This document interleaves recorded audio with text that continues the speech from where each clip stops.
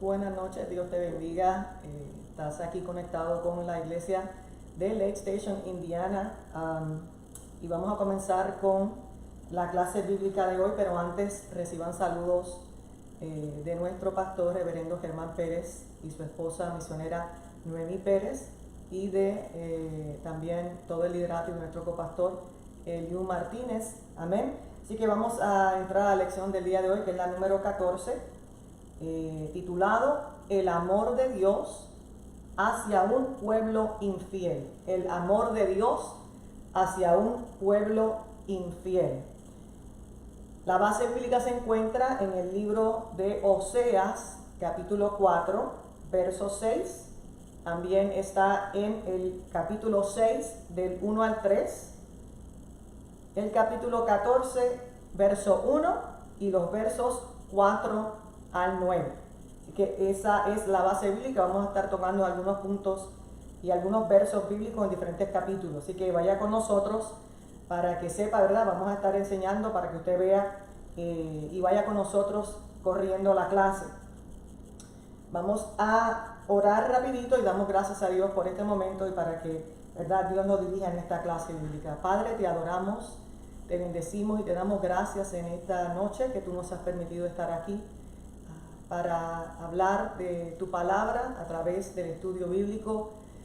Te pedimos, Dios, que tú nos des sabiduría, que nos capacites y que podamos aprender tu palabra, que podamos llevarla a cabo y que tú nos enseñes a través de ella.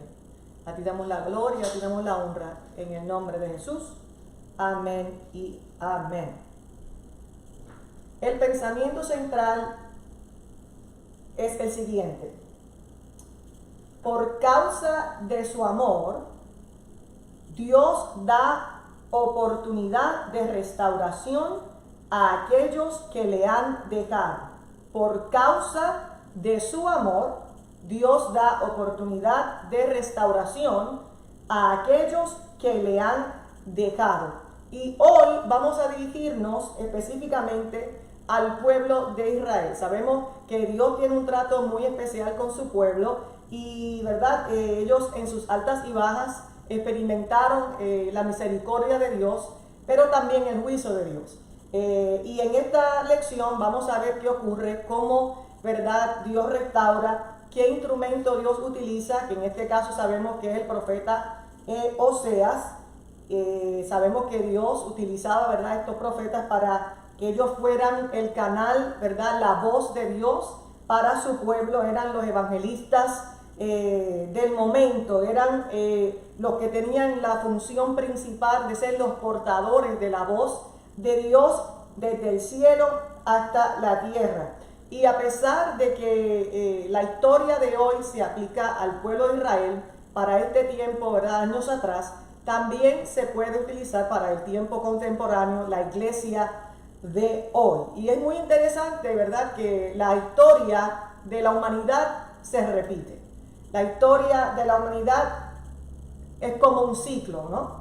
Y hoy podemos ver también que el pueblo de la humanidad, se puede decir así, estamos viviendo algo parecido al pueblo de Israel en esos tiempos, donde el mundo, ¿verdad?, vive como, ¿verdad?, si Dios no existiera. No hay nada nuevo debajo del sol, todo se va repitiendo, pero gloria a Dios que a pesar de que todo se repite, también la misericordia de Dios y el amor de Dios y la restauración de Dios siguen estando presentes. Vamos a entrar a la discusión de la clase como tal y quiero que leamos el primer verso en discusión del capítulo 4, verso 6, y dice: mi pueblo fue destruido porque le faltó conocimiento. Por cuanto desechaste el conocimiento, yo te echaré del sacerdocio, y porque olvidaste la ley de tu Dios, también yo me olvidaré de tus hijos. Para yo poder explicar el por qué Dios está diciendo mi pueblo fue destruido porque le faltó conocimiento, nosotros tenemos que comprender quién era el pueblo de Israel y qué bendición Dios le había dado a este pueblo que no habían valorado, que habían desechado, que no habían sido responsables con lo que Dios le había dado. Y por eso es que Dios está diciendo, por falta del conocimiento, mi pueblo ha perecido. Y el punto número 1 es que el pueblo de Israel era un pueblo escogido. El pueblo de Israel, ustedes saben que desde Abraham Dios había determinado que él fuese, ¿verdad?, el padre de esta generación, de este pueblo, que iban a ser múltiples, ¿verdad?, que iban a ser muchos, y Dios había escogido a este pueblo. Otro punto es que era un pueblo amado por él. Un pueblo que él, ¿verdad?, le cuidaba, le amaba con amor eterno. Un pueblo bendecido. Donde quiera que el pueblo de Israel estaba, Dios le bendecía. Otro punto era el pueblo de su pacto. Dios había pactado con el pueblo de Israel. A pesar de que Israel era infiel, Dios mantenía ese pacto. Era esta nación la escogida para él cumplir a cabalidad lo que él le tenía determinado para la humanidad. Un reino de sacerdotes escogidos para que fuesen ellos el canal de, ¿verdad?, de hablar y hablar del mensaje de Dios en diferentes lugares. Y último punto, un pueblo de su cuidado. Dios tenía un trato especial con el pueblo de Israel. Entendiendo este punto, entendiendo que ¿verdad?, el pueblo de Israel era alguien especial para Dios, el que ellos no hubieran valorado estos puntos que yo acabo de dar, es lo que le incomoda a Dios, es lo que le hiere a Dios. Voy a explicar un poco esto. Cuando él dice que mi pueblo fallece o se ha destruido por falta de su conocimiento, lo que implica es que hizo caso omiso de quienes eran. Decidieron no honrar ni vivir conforme a la estructura diseñada de Dios para ellos. Su pecado no era simplemente desconocer la ley de Dios, aunque era parte, ¿verdad?, de esto, sino que era más su disposición, era más su deseo de rechazo de la voluntad divina. Simplemente ellos decidieron negarse a todo lo que tuviese que ver con Dios. Conscientemente ellos decidieron pasar por alto quiénes ellos eran. Dice un refrán, ¿verdad?, que es bueno el culantro, pero no tanto. ¿Ok? Y este refrán implica que todo tiene su límite. ¿Y cuál fue la consecuencia? ¿Cuál fue el resultado de ellos haber ignorado voluntariamente quienes eran delante de Dios? Destrucción, expulsión de su posición privilegiada, y Dios se había entonces olvidado de ellos. Esta era la causa, este era el resultado de ellos haberse olvidado de Dios, de ellos haber tomado la decisión de ignorar lo que Dios quería hacer con ellos.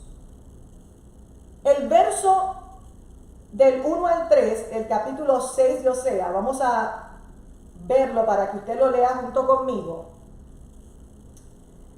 Dice la infidelidad de la nación, la infidelidad de la nación. Oseas 6, del 1 al 3 dice: venid y volvamos a Jehová, porque Él arrebató y nos curará, hirió y nos vendará. Nos dará vida después de 2 días. En el tercer día nos resucitará y viviremos delante de Él.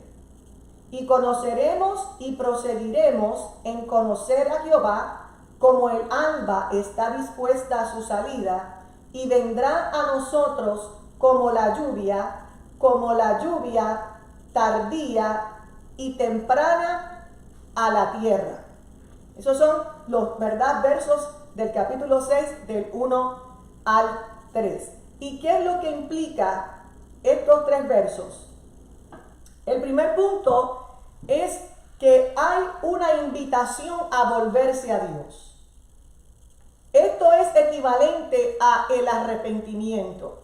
cuando el verso está diciendo que hay que volver a Jehová, lo que está implicando es que tienes que arrepentirte, tienes que demostrar que lo sientes, ¿no? Cuando hay arrepentimiento, hay un deseo de regresar, hay un deseo de acercarse a Dios, hay una demostración, hay algo que usted, ¿verdad?, con sus acciones muestra que sinceramente está arrepentido. Y cuando el verso está diciendo eso, vamos a volvernos a Jehová, lo que está diciendo es, hay que arrepentirnos, tenemos que demostrar, tiene que ser un regreso intencional, no puede ser un regreso que parezca pero no lo es en verdad. Es algo que se demuestre, que se hace con esfuerzo válido, que es genuino, que es algo que usted continúa haciéndolo porque de verdad quiere demostrar con perseverancia que estoy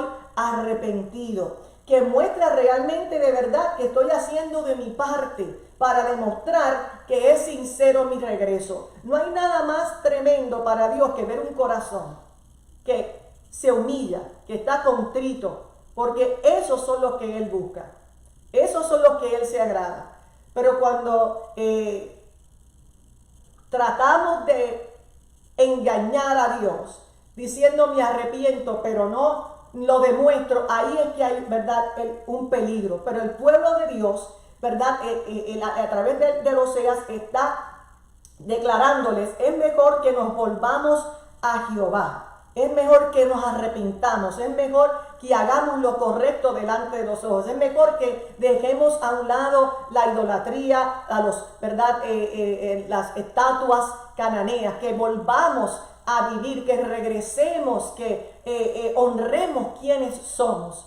Y eso era lo que estaba buscando Dios de parte de su pueblo, que se arrepintieran genuinamente. ¿Qué dice el verso 1 del capítulo 14 de Oseas?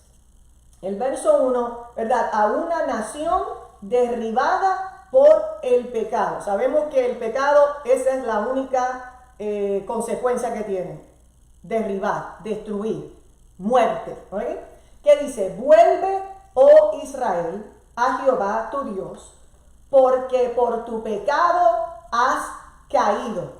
Lo voy a volver a leer. Vuelve, oh Israel, a Jehová tu Dios, porque por tu pecado has caído. Muy bien. ¿Qué es lo que implica este verso?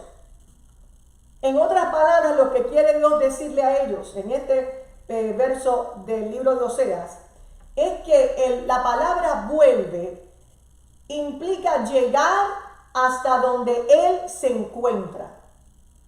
Que la mente y el corazón se unan para caminar hasta el sitio donde se encuentra Dios. Cuando tú de verdad quieres volver, tú haces lo posible por allegarte hacia esa persona. Y eso es lo que Él está diciendo. Ustedes quieren volver, tienen que demostrar que van a regresar. Encuéntrate conmigo otra vez. Vuelve, regresa, encuéntrame otra vez. Cuando usted encuentra o cuando usted está buscando algo y desea encontrarlo, en muchas ocasiones toma tiempo. Esto no es de la noche a la mañana. Esto no es, ok, me arrepiento, todo está bien, mañana ya tú me devolviste lo que era mío. No, no. Aquí usted eso tomaba tiempo. Usted para encontrar algo, usted tiene que, ¿verdad?, tomar, de hacer lo que tenga que hacer para llegar a lo que usted desea. Y esto era lo que Dios estaba diciéndole. ¿Por qué tenías que volverte? Porque el pecado había hecho algo negativo en tu vida. ¿Qué es lo que implica aquí la palabra pecado en este verso? Pecado se traduce a un paso en falso. ¿Cuántos de ustedes no han experimentado dar un paso en falso? Bajando las escaleras, un paso en falso te destruyó la vida, te quebró un hueso, te diste un fuerte cantazo, ¿no? Porque un paso en falso puede dañarte todo, ¿no? Un tropezón. Pecado aquí se traduce por no haberte parado bien. Te caíste, quien peca se cae, quien peca se aparta, quien peca queda atrás. No se puede progresar espiritualmente si el pecado se mantiene o se permite en la vida. Si el pecado está presente, amados, nosotros no podemos continuar. Podríamos aparentar delante de los hombres, pero delante de Dios jamás podremos, porque ante de Él quedamos desnudos. Y si el pecado está en nuestro corazón, Él lo va a poder ver. Así que el profeta le dice a Israel, si estás en la condición que estás, si estás atravesando por lo que estás atravesando como pueblo, si te están oprimiendo, si estás sufriendo, la razón en este momento histórico del libro de Oseas es que la condición estaba amarrada a su pecado, su falta de acercarse a Dios, su vida alejada de Dios, produjo como consecuencia muerte, produjo como consecuencia opresión, produjo como consecuencia estar alejado de Dios. Y estar alejado de Dios, amados, no es bueno. Y eso es lo que le estaba pasando al pueblo de Israel. Un momento crucial, pero también un momento donde el profeta Oseas estaba diciéndole, ustedes tienen que hacer algo. Regresa, haz lo que tengas que hacer, porque Dios, ¿verdad?, quiere trabajar contigo. Vamos a ver cómo es que Dios quiere trabajar con el pueblo de Israel. Y eso se encuentra en el libro de Oseas, capítulo 14, 4 al 7. Una nación necesitada de perdón y sanidad. ¿No le parece a ustedes, verdad, algo que tenga que ver con lo que está ocurriendo ahora? Una nación, un mundo, ¿verdad?, que necesita de perdón y sanidad. Dice, yo sanaré su rebelión, los amaré de pura gracia, porque mi ira se apartó de ellos. Yo seré a Israel como rocío, él florecerá como lirio y extenderá sus raíces como el Líbano. Se extenderán sus ramas y será su gloria como la del olivo y perfumará como el Líbano. Volverán y se sentarán bajo su sombra. Serán vivificados como trigo y florecerán como la vid. Su olor será como del Líbano. Así que aquí estamos viendo una nación que está escuchando unas palabras de parte del profeta que vienen de Dios, que le está haciendo una promesa de parte de él. Y esta promesa tiene varias ¿verdad?, puntos que yo voy a decirles. Número 1, Dios deseaba sanar su rebelión. Y usted se preguntará, ¿cómo que sanar su rebelión? Porque es que la rebelión es una enfermedad espiritual. Y Dios necesitaba, luego que ellos se arrepintieran, poder sanar esa enfermedad espiritual de rebeldía. Cuando hay rebeldía, el corazón está endurecido. Cuando hay rebeldía, nuestra mente no quiere aceptar que está mal. Y era necesario que el pueblo de Israel fuese sanado por el perdón de Dios y que esta rebelión fuese eliminada para que ellos pudieran ir al propósito de Dios nuevamente. Otro punto, ser a Israel como rocío. El pueblo de Israel o la ciudad o el país de Israel no es un país donde llueve mucho. Es un país bastante árido, bastante seco. Así que el campo depende mucho del rocío. Y el rocío allá es bastante pesado. No es tan, ¿verdad? No es muy poco, sino que es fuerte. Y Dios está comparándose como el rocío. Y está manifestándose o está diciendo, yo haré que mi pueblo vuelva a florecer. Yo haré que mi pueblo se vea hermoso. Usted ve ahora que llegó primavera. Quizás no podemos salir mucho para ver los tulipanes, pero podemos ver que ya están saliendo los tulipanes por ahí. Y qué hermosos se ven esos jardines llenos de flores, ¿no? Nos producen alegría, nos producen paz. porque las flores, ¿verdad? Son símbolo de vida, son símbolo de algo nuevo. Y eso es lo que Dios quería hacer con el pueblo de Israel. Yo voy a hacer el rocío para que ustedes vuelvan a florecer, para que ustedes vuelvan a ser hermosos, para que ustedes puedan tener vida. Y dice que lo compara como el Líbano. Dice que Él va a ser quien va a vivificarlos como el trigo. El trigo se puede utilizar para muchas cosas, ¿verdad? Y es beneficioso y alimenta.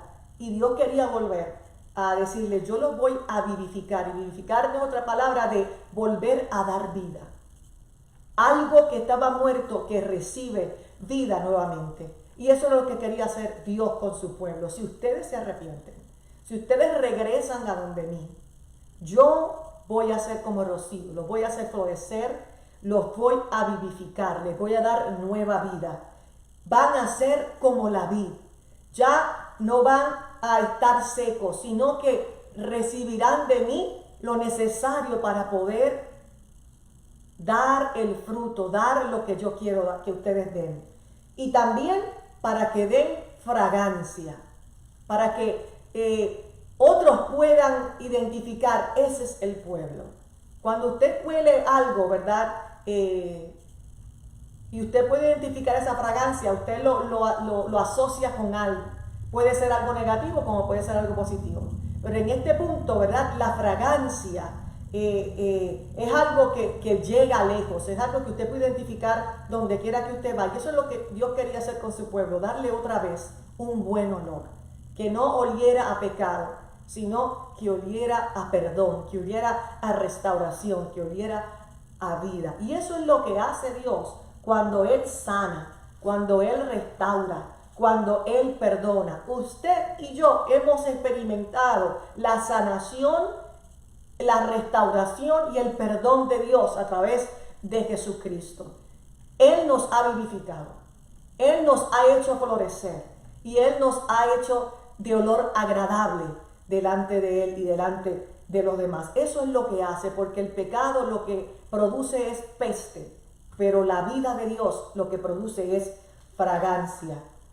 No hay nada más lindo, amados, que recibir la sanidad de Dios, recibir el perdón de Dios, porque eso da bendición y eso produce algo. Vamos a ver qué pasa cuando el pueblo de Dios reconoce sus errores. Oseas 14:8 dice: Efraín dirá, ¿qué más tendré ya con los ídolos? Yo lo iré y miraré. Yo seré a él como la haya verde. De mí será hallado su fruto. ¿Qué pasa cuando reconocemos nuestros errores? Sencillo. La misericordia de Dios eterna se activa. La restauración de Dios se hace presente. El pueblo reconoció que estaba mal, cambió su manera de vivir y Dios dijo, otra vez voy a extender mi misericordia y mi perdón hacia ustedes. No puede haber restauración si no se reconoce el mal donde uno se encuentra. Ellos reconocían que estaban mal delante de los ojos de Dios. Ellos optaron por cambiar y por tanto Dios le demostró misericordia.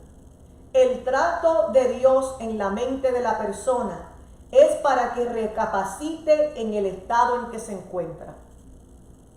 Para nosotros poder salir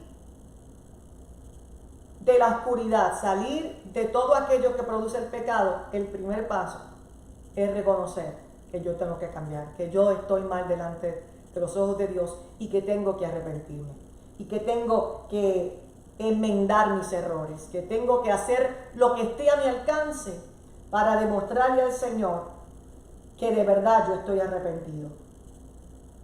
Dios es quien decide amarnos, ¿no? Nosotros no podemos manipular a Dios con lo que hacemos o dejemos de hacer. Pero hay algo que sí Él honra, y es cuando hay un corazón, cuando hay un hombre, cuando hay una mujer, cuando hay un pueblo que mira al cielo y dice, yo soy responsable de todo lo que a mí me acontece. Yo soy la persona que ha provocado esto. Cuando reconocemos que hacemos mal, Dios en su misericordia nos recompensa. Y eso es precisamente lo que pasa en el próximo verso de Oseas 14:9. Recompensada la nación de Dios por la fidelidad. Dice el verso 9: ¿quién es sabio para que entienda esto? Y prudente para que lo sepa. Porque los caminos de Jehová son rectos, y los justos andarán por ellos, mas los rebeldes caerán en ellos. ¿Qué es lo que quiere decirnos este verso? Y es que la primera parte de este verso contiene una pregunta que hace referencia al sabio y hace referencia al prudente. Puede sonar que son sinónimos, pueden sonar que son muy parecidos, pero la aplicación de este verso es el siguiente: el sabio es el que entiende. El sabio es el que entiende. Y el prudente es el que sabe. A lo mejor usted se está rascando la cabeza, que parece que vuelvo a estar diciendo lo mismo. No. El sabio es el que entiende. Y entender aquí significa saber discernir con toda claridad. Que todo quede bien claro. Por lo tanto, saber no es suficiente. Usted puede saber, pero no necesariamente usted entiende. Puede saber, pero el que entiende no solo sabe, sino que lo que sabe lo pone en práctica. Así que no solamente es saber la teoría, sino utilizar esa teoría de manera correcta y ponerla en práctica. Como el estudiante que se embotella un examen. Luego que derrama todo su conocimiento en el papel, pregúntale cualquier cosa del examen y no recuerda. Porque solamente, ¿verdad?, sabía. Pero si de verdad hubiese aprendido y se hubiese entendido, aún al pasar de los años todavía el estudiante va a recordarse lo que aprendió. Y esa es la diferencia entre el sabio que entiende y el prudente que sabe.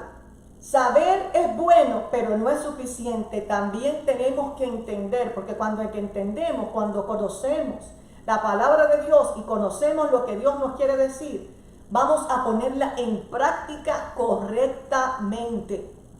Correctamente. Es como cuando usted va a abrir un equipo nuevo.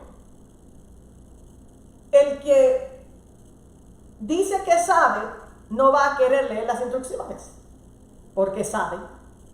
No necesito leerlo, así que yo lo voy a construir como yo entienda. Al final el producto puede que haya quedado bien, pero en algún momento dado puede que no esté funcionando, que quede chueco, que quede a mitad.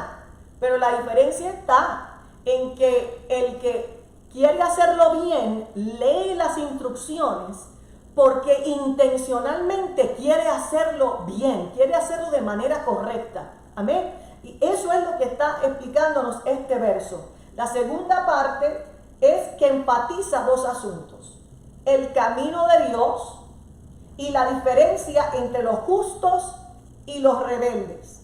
El camino de Dios y la diferencia entre los justos y los rebeldes. Los sabios y entendidos ven que los caminos de Jehová son rectos y que cualquier anuncio de juicio es una invitación al arrepentimiento. Así que cuando Dios quiere corregir, los justos lo van a interpretar como movimiento o una acción de parte de Dios porque Él quiere que usted se arrepienta, usted quiere que usted corrija su camino, que usted regrese a, ¿verdad?, a la línea que Él quiere. Pero el rebelde, el que entiende que quiere hacer las cosas a su manera, cuando escucha el juicio de Dios, lo toma de manera incorrecta, reacciona negativamente y en vez de mejorar, lo que hace es que empeora. Así que aquí vemos la diferencia del justo que recibe el juicio, que recibe la palabra de corrección y que entiende que tiene que cambiar, porque si no le irá mal, versus el rebelde que recibe la palabra de juicio, que simplemente lo agarra como un regaño, que ignora esa palabra y que sigue su vida como si nada.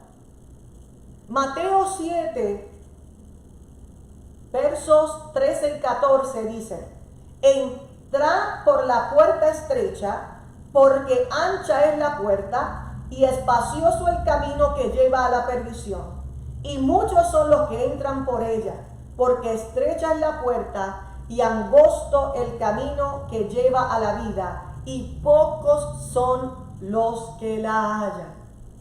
Aquí vemos nuevamente la diferencia entre los justos y los rebeldes. Aprendamos a andar en los caminos rectos de Dios como sus siervos, como sus hijos, como su pueblo. Y ninguno de nosotros sea desobediente, sea incrédulo, o peor aún, que encuentre tropiezo en la palabra. Y para manera de conclusión, vamos a ver lo que dice este verso de la palabra de Dios en Eclesiastés capítulo 12, versos 13 y 14. El fin de todo discurso oído es este: teme a Dios y guarda sus mandamientos, porque esto es el todo del hombre. Porque Dios traerá toda obra a juicio, juntamente con toda cosa encubierta, sea buena o sea mala. Que nos ayude el Señor, amados, a que si tenemos que corregir, que corrijamos. Que si tenemos que arrepentirnos, que nos arrepintamos. Porque el amor de Dios hacia su pueblo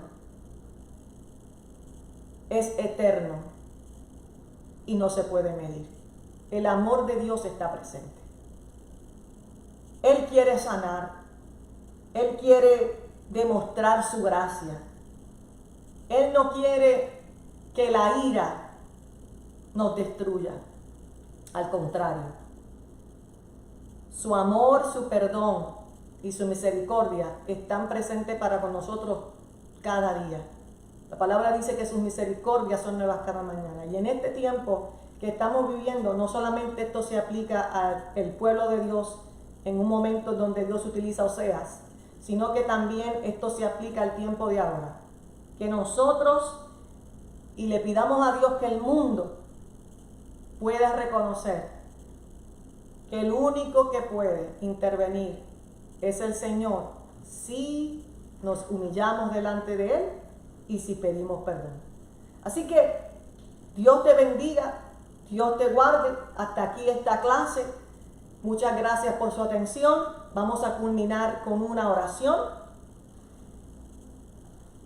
y luego terminamos. Padre, gracias por esta clase que tú nos has enseñado en esta noche.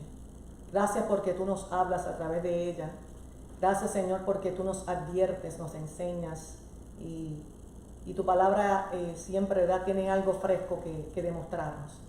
Te pedimos que nos ayudes, Señor, a ser un pueblo fiel, a ser un pueblo que te honre, a ser un pueblo que valore y dé el lugar que tú nos has dado. Somos real sacerdocio, somos nación santa, somos pueblo escogido por ti, que honremos, Señor, esta bendición que tú nos has dado y que no hagamos, ¿verdad?, como el pueblo de Israel en este tiempo donde tuviste que levantar este varón. Gracias porque todavía tú sigues hablando y nos sigues amonestando. Ayúdanos a ser gente inteligente que pueda, Señor, caminar, honrar y recibir tu amor y tu misericordia. Gracias yo te doy. Bendice a este pueblo, Señor. Bendice a mis hermanos que estudiaron esta clase en esta noche, en el nombre de Jesús. Amén y amén. Dios te bendiga, Dios te guarde y nos veremos pronto con la ayuda del Señor. Un abrazo y adelante en el Señor.